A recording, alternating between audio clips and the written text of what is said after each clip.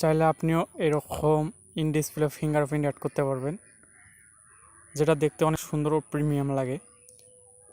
তো কীভাবে আপনারা দেখবেন, ফুল ভিডিওটা দেখলে আপনারা বুঝতে পারবেন।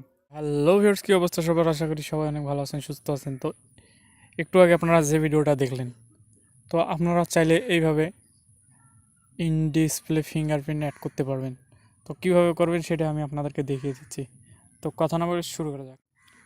তো ইন ডিসপ্লে ফিঙ্গারপ্রিন্ট যেটা দেখতে অনেক সুন্দর লাগে, আর হয়তো অনেকেই মনে করে যে অনেক দামি সেট এটা, সেই জন্য আপনারা অনেক সুন্দর দেখার জন্য এটা আপনারা ইউজ করতে পারেন।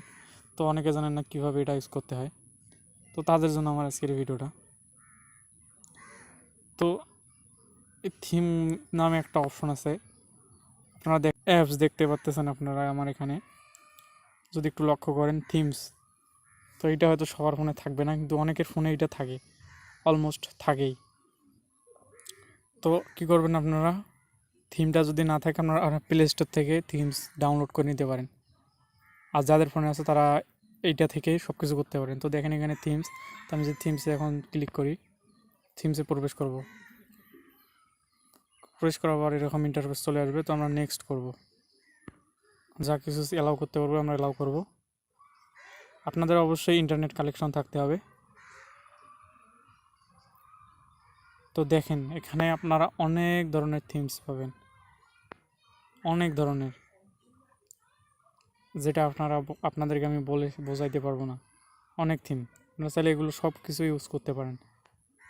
তো এখানে ইন ডিসপ্লে ফিঙ্গারপ্রিন্টটা আমরা যদি একটু নিচে আসি,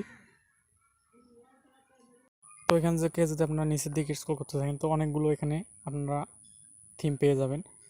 তো আমরা মূলত এখান থেকে সার্চ দেই, যদি এখান থেকে যদি আমরা সার্চ দেই, সার্চ বার উপরে আছে, দেখেন সার্চ বারে সার্চ দেব।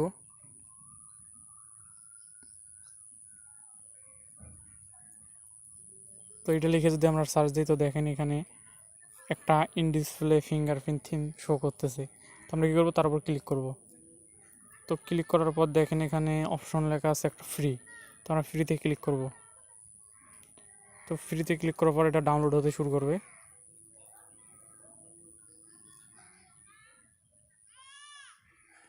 তো আমরা ডাউনলোড হওয়া পর্যন্ত এখানে কিছুক্ষণ অপেক্ষা করব। তো দেখেন এখানে আমার ডাউনলোড হয়ে গেছে। তো ডাউনলোড হওয়ার পর আমরা সিম্পলি এখানে শুধু অ্যাপ্লাই ক্লিক করি যদি, তো অ্যাপ্লাই হয়ে যাবে। এখানে কিছুক্ষণ রাখেন, নিচে পার্সেন্টেজ উঠতেছে। তো ওঠার পর আমার এখানে এটা অ্যাপ্লাই হয়ে যাবে। তো আমরা যদি এখন হোম স্ক্রিনে যাই, হোম স্ক্রিনে আসার পর দেখেন সব কিছু চেঞ্জ হয়ে গেছে আমার।